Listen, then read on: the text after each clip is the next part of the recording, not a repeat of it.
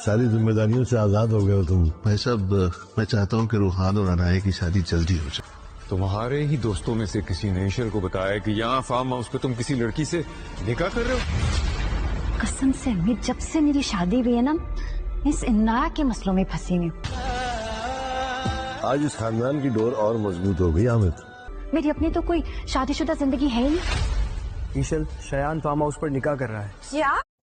अनाया ने सबको परेशान करके रखा हुआ है। हालांकि उसकी माँ ने उसकी बात कही थी कि अगर तुमने कोई गलत कदम उठाया तो वो मुझको भी डिवोर्स दे देंगे, तुम्हारी वजह से मेरे घर भी खराब हो जाएगा।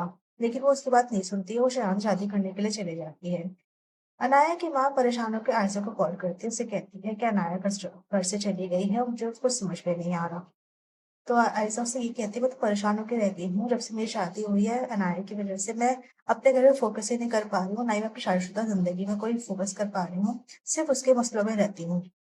दूसरी तरफ ईशन को शायान के किसी दोस्त ने फोन करके बता दिया कि शायान किसी लड़की को फार्म हाउस लेकर आया है, उससे निकाह कर रहा है।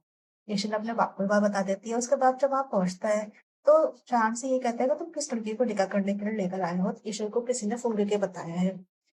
दूसरी तरफ ईशा जब सब कुछ कर लेती है तो अनाया वापस अपने घर आ जाती है और उसकी मंगनी रोहान से हो रही है। तो अनाया का बाप अपने भाई से कहता है कि मैं चाहता हूँ कि अनाया और रोहान की शादी बहुत जल्द हो जाए। तो वो उससे यही कहते हैं कि हाँ, सब कुछ ठीक है, हम शादी भी जल्दी कर लेंगे।